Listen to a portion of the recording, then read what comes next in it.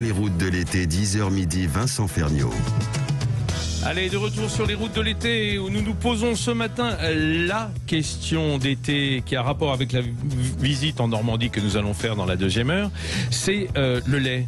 Est-ce bon pour la santé? Il y a tellement de lobbies de chaque côté. Les lobbies du lait contre les lobbies du soja, on va dire du végétal. Eh bien, on va essayer de trancher entre les deux pour savoir réellement si vous pouvez continuer à boire du lait sans vous détruire. Sud Radio Question d'été. Avec nous ce matin, Séverine Sénéchal. Bonjour Séverine. Bonjour. Merci d'être avec nous. Vous êtes diététicienne nutritionniste à Amiens, en Picardie, dans les Hauts-de-France. Et vous êtes là pour nous éclairer un petit peu justement sur on va dire la façon dont le lait interagit avec notre santé au travers de la digestion, qui n'est pas toujours simple.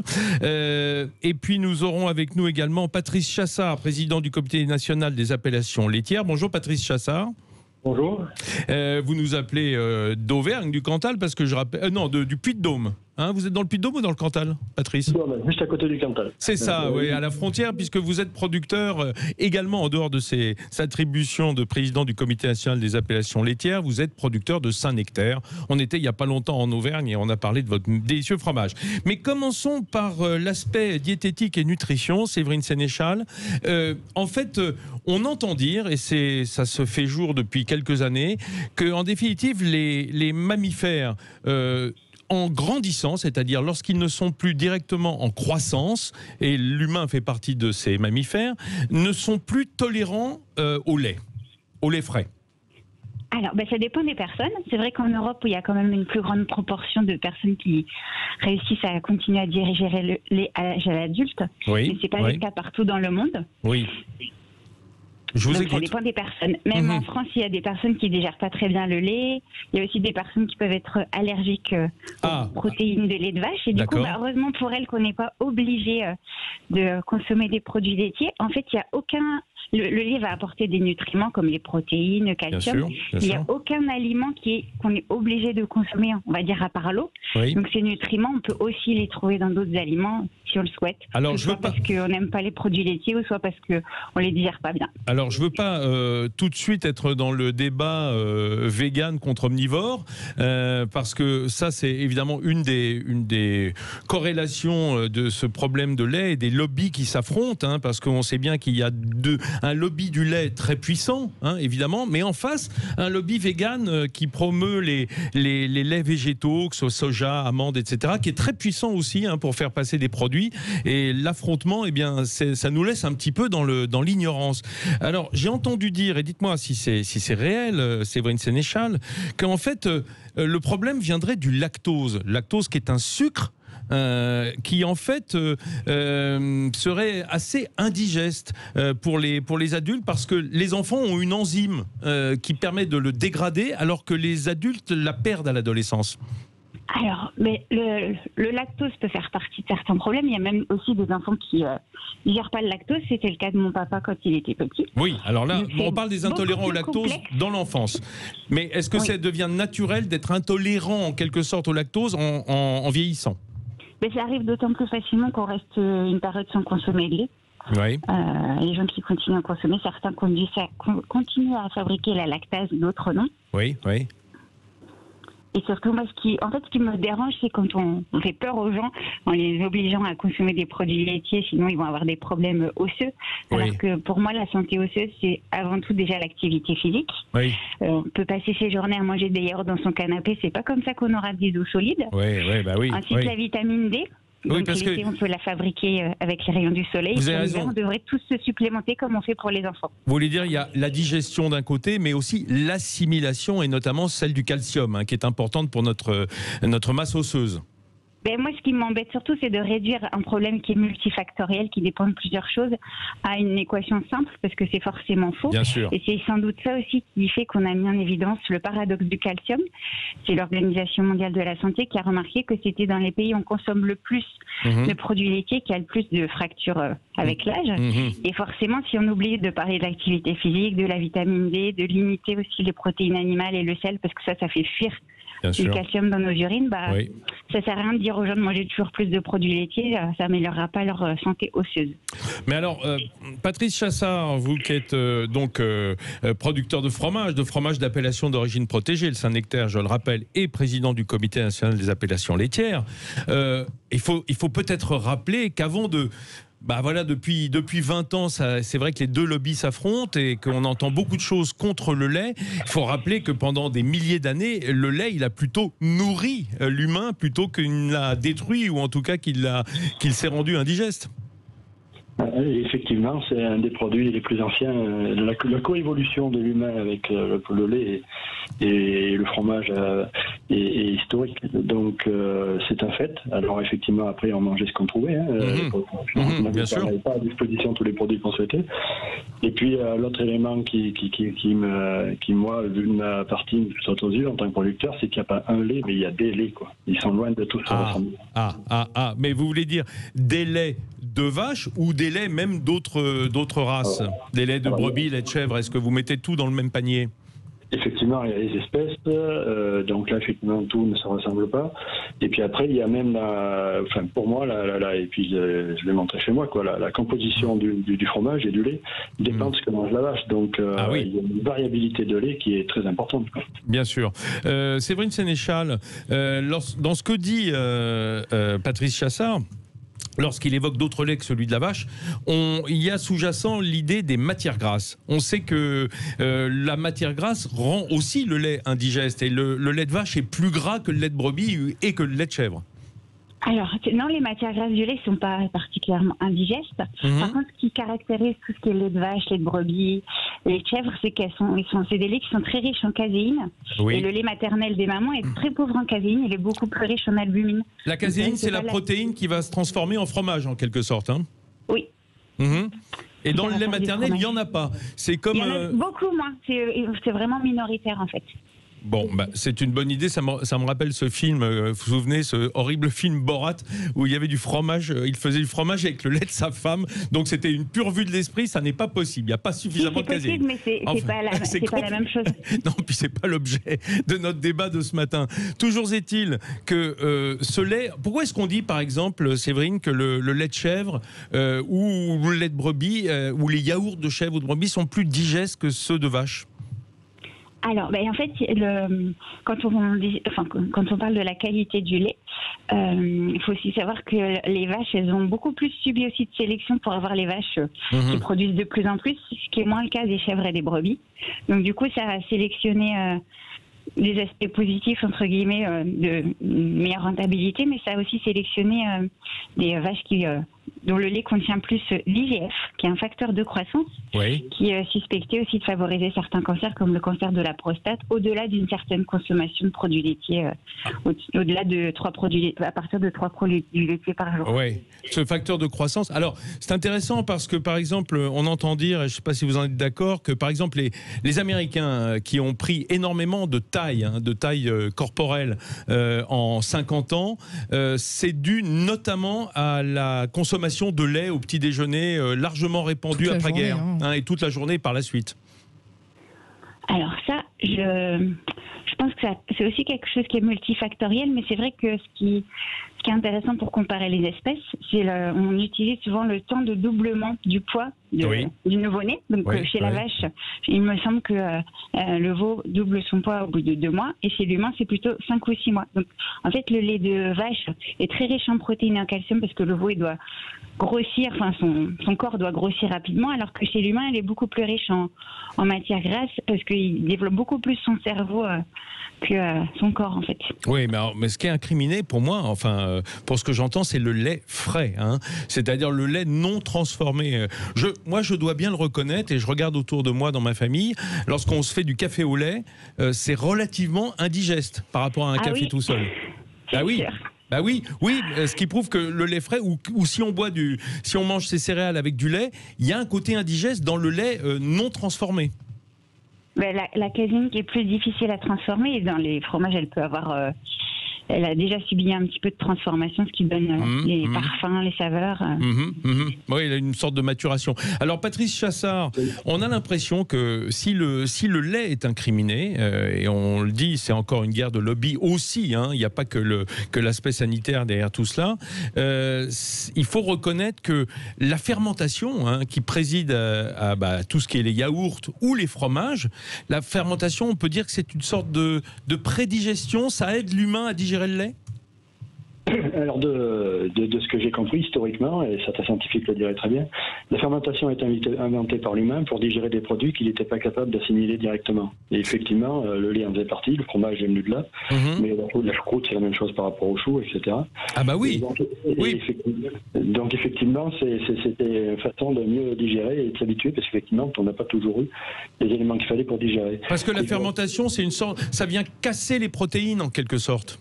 Ça prédigère, enfin ça modifie tout le système moléculaire qu'il y a auparavant dans le lait. Il y a des gens qui digèrent pas le lait, qui digèrent le fromage, d'autres pas les fromages jeunes, des fromages plutôt âgés. Enfin, c'est donc très variable. Et je voudrais juste rajouter un truc sur les matières grasses. Grosso modo, sur les matières grasses, on dit difficile à digérer, etc. Mais suivant le régime alimentaire de l'animal, j'y reviens.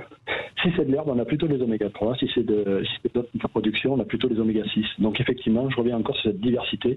Et aujourd'hui, on voit beaucoup de produits suppléés avec des tourteaux de lin, par exemple, pour mettre plus d'oméga 3. Oui. Les régimes naturels, il y en a qui le font automatiquement tout seul. Et le ruminant étant adapté à digérer de la cellulose, et donc notamment dans les zones où on produit de l'herbe et on ne peut pas produire autre chose, c'est quand même un élément fondamental pour la production. Voilà. Mais quand on voit certaines régions où on autorise ce qu'on appelle l'ensilage pour les bêtes, c'est aussi une herbe qui est fermentée en quelque sorte. Elle est fermentée, effectivement. Et puis, effectivement, il y a aussi la nourriture avec le maïs. C'est la question pour l'avenir. La céréale étant assimilable par l'humain, la question, effectivement, si on a besoin de nourriture, il faudra penser à optimiser la nourriture. Et effectivement, on voit que ça va dans le sens de la qualité des produits également derrière. Oui, d'accord. Donc, ce que vous dites, j'ai donné un coup dans mon micro tellement je m'énerve là sur cette histoire de lait. Moi, j'aime les produits laitiers, donc c'est même une partie importante de mon alimentation, ce qui explique peut-être qu'en partie je sois en léger surpoids, hein, il faut bien le reconnaître. D'ailleurs, est-ce que ça joue, Séverine Sénéchal, sur le poids, le régime alimentaire s'il est riche en produits laitiers? Là, on parlait des oméga 3 et des oméga 6, et effectivement, la qualité des graisses peut jouer sur la prise de poids. Et je voulais juste ajouter une petite précision, c'est par rapport à aux vaches qui mangent de l'herbe, effectivement, c'est quand même ce qu'il y a de mieux pour elles, mais ça devient de plus en plus minoritaire. Moi, j'habite dans une région j'habitais dans un village où il y avait un agriculteur qui avait mis en place la traite automatisée de ses animaux. Et du coup, ils n'avaient plus le droit de sortir dehors dans l'herbe parce que sinon, ils risquaient de casser les machines. Non, en fait, d'infecter leurs pieds, en fait. Oui, c'est ça. Chaque fois, quand on désinfecte de manière manuelle, on désinfecte les pieds, tandis que là, comme c'est automatisé. Et puis, je suis aussi malheureusement tout près de la ferme des 1000 vaches. Oui. Et là, je ne suis pas sûre qu'il y ait assez d'herbe. Oui, bien sûr. Il y a aussi Vous avez raison de signaler. C'est majoritaire, c'est difficile de savoir si ce qu'on achète, finalement, ça vient de vaches qui ont mangé de l'herbe ou pas. Surtout le lait frais. C'est de plus en plus minoritaire. Surtout le lait frais. Hein. Mais il y a de plus en plus de petits producteurs fermiers qui font des petites marques de lait, justement pour se démarquer de la grosse industrie laitière. Patrice Chassard, ça se sent évidemment dans le fromage. In fine, le Saint-Nectaire et les fromages d'appellation. Ce que mange la vache se retrouve dans le lait, ce qu'il y a dans le lait se retrouve dans le fromage et fait le goût du fromage. Absolument. Par exemple, plus la prix est diversifiée, plus on trouve d'antioxydants dans le produit fini. Oui. Donc ça c'est un exemple, on n'en parle jamais, mais effectivement après il y a tous les systèmes de production, mais la question est, à la limite on peut s'affronter longtemps sur les systèmes, mais c'est dans quel système on doit évoluer pour être efficace dans l'intérêt de tout le monde, quoi. Et je pense qu'il y a des pistes, c'est pas du tout noir ou tout blanc. Effectivement, le lait, nourrir tout le monde avec du lait dans tous les sens, c'est pas intéressant, mais qu'en avoir une partie qui soit optimum et efficace, y compris sur le volet santé, ça me paraît faisable aussi. On est en train de commencer à trancher dans le cahier, comme on dit. Tranche cahier, c'est ce qu'on fait quand le fromage est frais et qu'on le tranche pour le mettre en faisselle, par exemple, sur certaines appellations. Allez, on se pose encore la question d'été de savoir si le lait est bon pour la santé. Sur Twitter, Marine, comment ça répond? À notre question, produits laitiers, fromage, les yaourts, pourriez-vous vous en passer? Eh bien, pour l'instant, c'est non à 69%, majoritaire.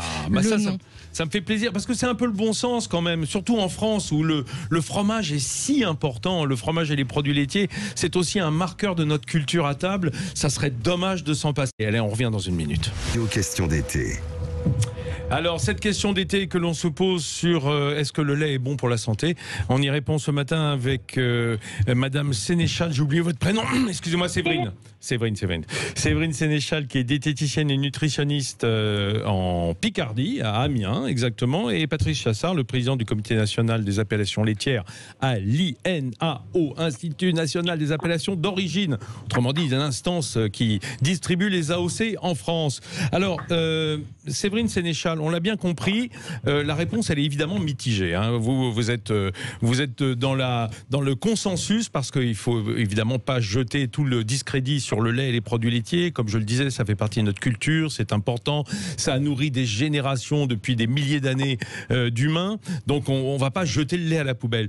Toutefois, est-ce qu'il y a une alternative au lait animal, une vraie alternative en matière de nutrition? Alors, souvent, ce qui est mis en avant dans les apports nutritionnels du lait, c'est les protéines et le calcium. Donc, les protéines, on le trouve dans énormément d'aliments. Oui. Et donc, c'est pas vraiment un problème. Et puis, pour le calcium, c'est aussi moins connu, mais on en trouve... j'ai préparé des équivalences. Donc, par exemple, un yaourt de lait de vache, ça pèse 125 grammes, ça apporte 150 mg de calcium. Oui. Et une personne qui aimerait pas les produits laitiers, parce que moi ça m'arrive d'en rencontrer en consultation, ou aussi une personne qui... le goût du lait, oui, c'est parfois... il y a des gens qui disent « j'aime pas le goût ». Les produits laitiers en général, comme j'ai déjà rencontré des personnes nées en Normandie qui n'aimaient ni le beurre ni la crème, ça arrive. Ça arrive ça existe? Oui. Dans la nature. Et du coup, il y a des personnes qui vont peut-être préférer... avoir leurs 150 mg de calcium en mangeant 58 g d'amandes, qui apportent aussi 13 g de protéines, donc même plus que le yaourt, ou 270 g de haricots verts, ou 16 g de sésame complet, ou 225 g de chair d'orange. D'accord.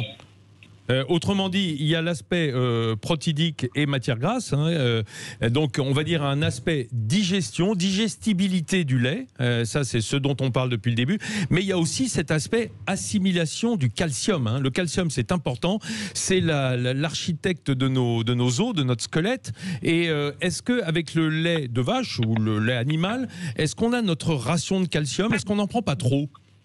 Alors, en fait, il y a une... grosse différence entre les recommandations de l'Organisation mondiale de la santé qui conseille à l'âge adulte d'avoir au moins 500 mg de calcium, et en France on est plutôt à 900 mg de calcium. Ah oui, c'est-à-dire qu'on est au-dessus des recommandations mondiales. Quasiment le double. Le double. Oui.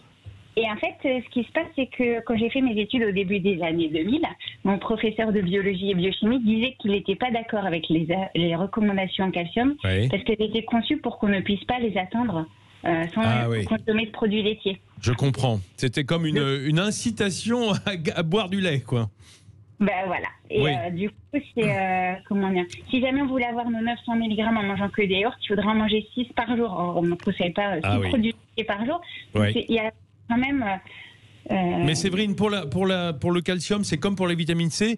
Si on en mange trop, de toute façon, elle est rejetée avec nos déjections, on peut dire. Il n'est pas absorbé, en fait. C'est aussi pour ça que ça ne sert à rien de vouloir trop en consommer. Et par exemple, l'école de santé publique de Harvard, qui est très en avance et reconnue aussi pour son indépendance, elle conseille entre 0 et 2 produits laitiers par jour. Donc on n'est pas dans le... D'accord. En manger plein ou pas en manger du tout, ça laisse une marge de manœuvre en fonction de ce qu'ils souhaitent. Patrice Chassard, est-ce que vous trouvez pour autant que les Français mangent assez de fromage et de produits laitiers? Pour vous qui représentez évidemment les producteurs de fromage. C'est un marché qui est en croissance régulière. Oui. Pas le fromage, j'entends. Oui, c'est en croissance. On peut s'en féliciter donc. On vend à l'étranger aussi nos beaux fromages d'appellation? On en vend à l'étranger, une partie, oui. Après, il y a d'autres barrières qui posent des problèmes, mais bien sûr. Par exemple. Mais on en vend à l'étranger. Et après, il y a l'autre sujet qu'on n'a pas beaucoup abordé, mais l'aspect natif des produits, plus ils sont naturels, mieux c'est. Oui. Là, effectivement, on peut parfois être dans des produits très naturels. Oui. Et voilà, et vis-à-vis des produits qu'on appelle ultra transformés, on peut avoir des atouts aussi dans ce domaine-là. Alors, je dis pas non plus qu'il faut boire du lait matin, midi et soir. À quoi vous pensez quand vous dites produits très transformés? Des fromages affinés, par exemple? C'est ça, un produit très transformé? Ah non, ultra transformé. Alors, c'est pas que dans les produits laitiers, c'est dans toutes les filières. Ah bon, d'accord. Non, moi, comme je me contentais des produits laitiers ce matin. Voilà, c'est des produits reconstitués à partir des matières premières. Qui utilisent des produits, enfin des fromages par exemple, mais à l'intérieur de plats cuisinés, on peut dire, ou de préparation. Oui. Voilà, ça c'est un exemple concret. Oui, d'accord. Où on utilise les matières premières, des constituants des matières premières pour faire d'autres produits. Voilà. Et là, effectivement, a priori, ça me posait des problèmes. Bon, alors, si on résume, mes amis, puisqu'on arrive un peu au bout de notre question d'été, Séverine Chassard, vous qui avez du bon sens... Non, Séverine Sénéchal, t'as fait le... Oui, j'ai mélangé tout. Séverine Sénéchal, alors, on va y arriver. Je vous ai marié avec Patrice Chassard. J'ai senti qu'il y avait un mariage de la diététicienne et du fromager. Alors, attendez, Séverine, si je comprends bien, vous êtes mesurée, vous. Hein, vous n'êtes pas une bout de feu, je dirais, dans un sens ou dans l'autre. On peut dire, si je résume... Le fromage n'est pas un poison, heureusement, hein. Le lait non plus, mais tout est dans la modération. En fait, il faudrait connaître son besoin quotidien en produits laitiers. Alors, en fait, c'est beaucoup plus individuel que ça. C'est aussi la réaction de notre corps. Par exemple, il y a des personnes qui souffrent de migraines et à qui on essayé plein de choses et à qui on propose d'arrêter les produits laitiers et qui sont beaucoup soulagés. Donc, moi, ce que je cherche à faire dans mes consultations, c'est que les gens apprennent à se connaître. Oui, écouter son corps, quoi.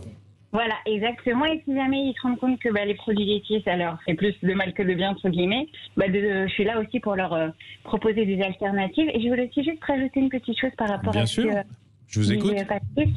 Effectivement, le choix aussi de ce qu'on fait, alors ça ne concerne pas que les produits laitiers, mais j'aime beaucoup la citation du journaliste William Raymond qui dit que manger, c'est voter 3 fois par jour. Donc, je trouve que c'est aussi intéressant de voir ce qu'il y a derrière les belles étiquettes. Oui.